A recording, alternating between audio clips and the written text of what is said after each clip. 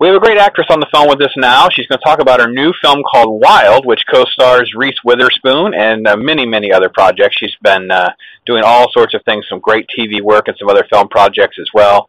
Cathryn de Prume. How are you, Cathryn? I'm great, thank you. How are you? Oh, I'm very blessed. Thank you for fitting us into your schedule. And tell us a little bit about this new Fox Searchlight film. It's called Wild. I know it opens wide in December. Give everybody a little bit of heads up on what the film is about, and then preview your character's role a little bit. Sure. So this book is from Cheryl Strayed's 2012 memoir. She wrote a book called Wild, and it was on the Oprah Book Club.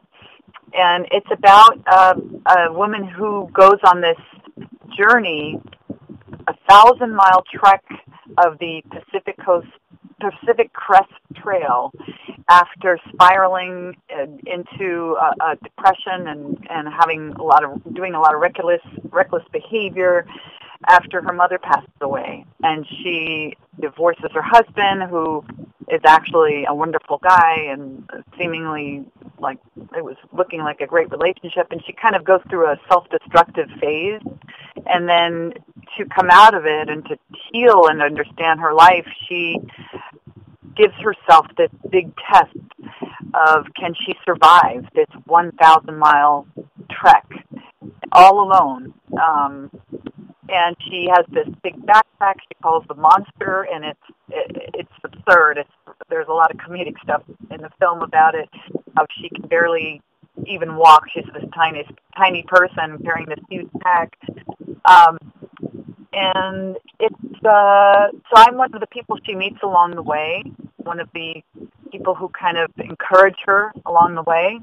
I'm a hiker, and it's an unusual story, I think, and a little bit of an unusual film because it's very raw, it's very grounded and down to earth. It's unglamorous. It's like Reese, like you've never seen her before. She's got no makeup. She's bears her body, bears her soul. And Jean-Marc Valle directed it. He was the director of Dallas Buyers Club. He's a wonderful director, so creative, so such beautiful vision. So I'm very excited. It opens December 5th, not worldwide, nationwide. Yeah, and let me ask you about Jean-Marc's approach, because one of the cool things about hearing about the behind-the-scenes part, how he was putting together Dallas Buyers Club is two things. A, was a very fast shoot, and then two, he only used natural light. So did he have sort of a very similar approach when he filmed Wild? Absolutely, yeah. As far as I could tell, it was all natural light. I had to remind myself I was shooting that there were cameras. The cameras were not very big. He was dancing around us in a very documentary kind of style, and I got the feeling from him that he was really honoring what we were doing. He wasn't directing in the sense of, all right, do it this way. He was watching what we were coming up with and then dancing around us. And it was really, it just felt so good as an actor to work with a director like that, because he just was so attentive and not attentive, that might not be the right word, I think respectful and excited about the creativity that was happening.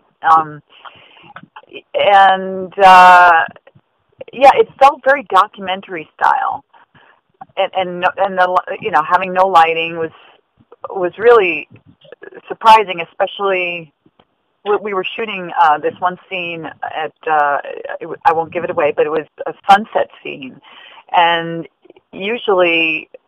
Every time I've shot a sunset scene, people go berserk, about the lighting, and because there's only a certain amount of time you can get that shot. And I really thought that they would have lights to kind of cheat the sunset, but there was nothing. And he just worked with what was there and the beauty all around, and it's really neat to work like that with a a director. Now, when you got the script, you went into audition. How, first off, what was the thought going ahead when you read the script, and then how was his approach to casting? Well, actually, I didn't get to read the script until I got the part, which happens a lot these days with TV too. It's a little frustrating because you want to really give it your all, but I did grab the book because I only had a day to prepare. You often just get a day, and I got a sense of a feel of the story. And the scene that I auditioned with was very simple. There was hardly anything to it, and then I found out I got the part like a month later. I was totally surprised. And then as I was up there in Oregon, I was getting more and more lines, which was so exciting. They were sending me more and more lines and developing this particular scene that I was doing with Reese. And so the character got richer, and there was more underneath what was going on.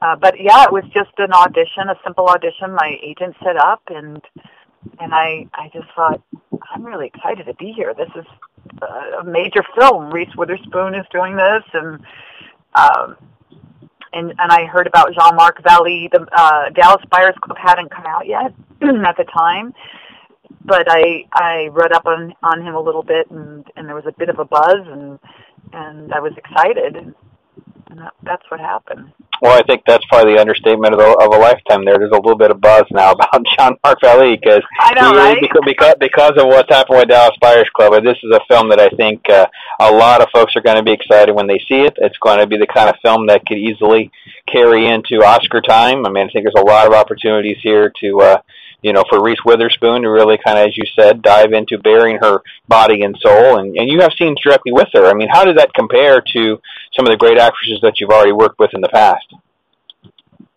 Well, everyone I've worked with, they're always different. Reese I found myself in the scene with her reminding myself that we were acting because she was so simple and doing nothing. I mean, it really seemed like she was, I don't want to say doing nothing, that's not really the right words, but so natural, so simple and natural. And I found myself almost in the middle of the scene thinking, is she improvising? No, those are the actual words. She's so good. Such a great actress.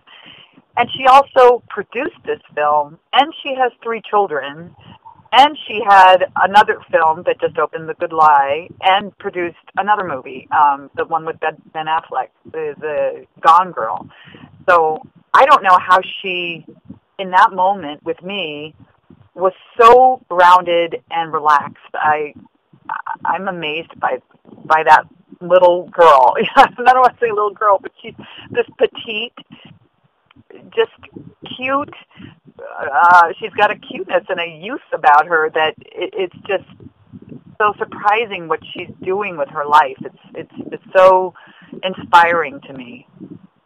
Reese Witherspoon stars in Wild. That's a Fox Searchlight film that comes out December 5th wide, including here live. If you're listening to us live in the Tampa Bay area, if not, you're catching this on the internet in your local theaters. We'll have it there December the 5th. And Cathryn de Prume is talking about that film. Now let's move a little bit to some of your more recent things. Ask Me Anything was a film that was so well received. Britt Robertson, Justin Long, Martin Sheen, a lot of people were in this film. Give me a little heads up because you had an interesting role in that film as well. Yeah, I actually really can't talk about it because there's some surprising twists that happen with my character at the very end.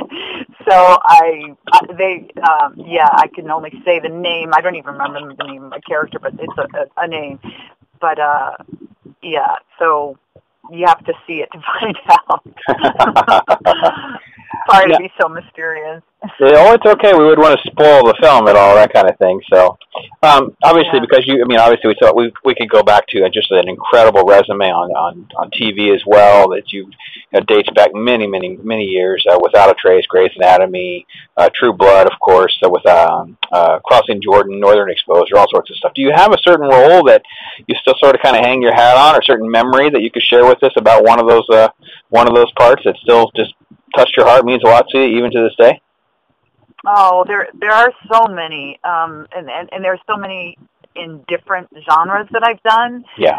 But one of the ones that I love so much is Five Corners, and I did that when I was 22, a million years ago, and it took place in 1964, which is the year I was born, and I played this goofy, druggy, wacky chick from Brooklyn.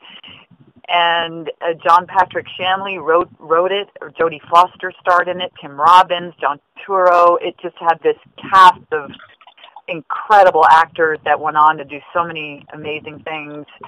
And Tony Bill directed it.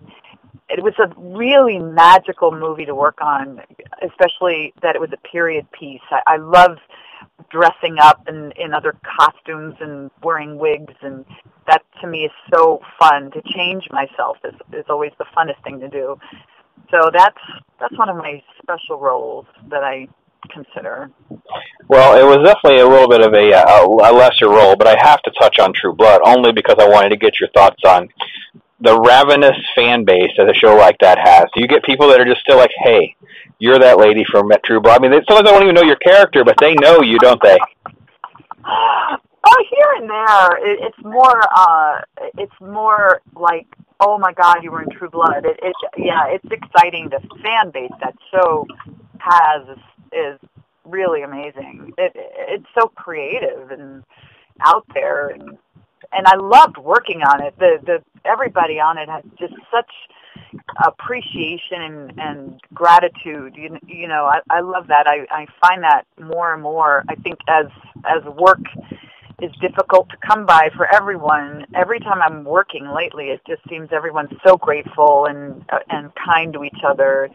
And especially on True Blood, I think because it's so creative, and it was going on for so long. How many years did that show air? 7 seasons, I believe. Yeah, 7 seasons. Wow. We just finished up, actually. Yeah. Wow. Yeah. So when you have people who've been working together for such a long time, they have such a camaraderie, and it becomes like a family. So I love working on sets like that. I also worked on ER and Grey's Anatomy. Both of those shows ran forever. And is Grey's Anatomy still on? Yeah, I believe we're in season 11, believe it or not. I'm not. Wow. I just had a debate with someone over coffee the other day. We were talking about, is this the last season or not? Because I swore I read that it was. I'm not sure we reported that or not, so I don't know if it's actually over or not. Patrick Dempsey might want to actually go do something else now. I don't know. It's certainly nice to have a job that keeps going, and it's at home. You know, you don't have to be on location somewhere else. So he's got it good. Yeah. You know, if it keeps going, especially. And they actually shoot so close to me. I could walk to where they shoot. I'd love to be on a show, on a set right nearby. It'd be so cool. Yeah, you got nothing going on. You just drop by and be like, an extra in case they need it. Photobomb it out. It doesn't matter. We'll fit you in. I want to just close with this. This is just a brilliant story that I get this in my prep notes. I'm not even sure where to go with this, but I hear that you're developing a one-man show into a TV series about your eccentric family. Well, I got to be honest, Cathryn, that's so open-ended. We could probably talk for 20 more minutes about what that actually translates to. Well, first of all, it's a one-woman show. It's me. One-woman show, yes. No, that's okay. And it's based on my crazy upbringing. I grew up in Brooklyn, and with my very unusual mother and family, actually, not just my mother, but my mother's from Russia and had very unusual ideas. She still does. She's still alive, thank goodness. And it's about a teenage girl who, more than anything, wants to fit in with the rest of the world, and yet she comes from this really wacky, eccentric family who is kind of smothering her and not wanting her to grow up, and she wants to and has to grow up. And so there's all these characters in it. We had a brownstone growing up with a rooming house upstairs, and each room had somebody crazy. Because my parents somehow loved crazy people, and they loved people from other countries. So there was always such drama and comedy going on every single day. We had cops at our house. We had people jumping out of windows. We had animals in Brooklyn running around freely, chickens, ducks, rabbits. And it was the filthiest house you've ever seen. It was kind of like hoarding. I never knew that term until I saw that show. But my mother was a hoarder, and we had crazy animals, and we had crazy characters from all over the world. So it was just a constant circus. And so this is about this teenage girl who wants to fit in and be like everyone else, and yet she loves her family and loves her mother, and you know, and gets made fun of, and so there's endless stories there. It sounds like it. It sounds like just a plethora of things. So that's just incredible, because real life is so much more entertaining than fiction. I have to tell you the perfect honest truth. I know. In fact, in my writing, I have to often pull back and go, "This doesn't seem believable." I have to pull this back. So, yeah. Fantastic. Well, it's Cathryn de Prume. She's been spending some time with us. We appreciate her time. Previewing Wild, which opens December 5th, 2014. That, of course, is Reese Witherspoon, directed by Jean-Marc Valle, who you guys know from Dallas Buyers Club, so you want to make sure you earmark that. And check out some of these other films. Ask Me Anything is a great film. As she mentioned, there's interesting twists and turns that you'll enjoy a lot, as well as a very cool drama by Tony Bill. That was Five Corners. That was another one that you definitely want to check that out as well. So, Cathryn, thank you again for fitting us into your schedule, and I hope to be able to talk to you again soon. Thank you so much for having me, and hello to all my relatives in Florida. I have quite a few over there.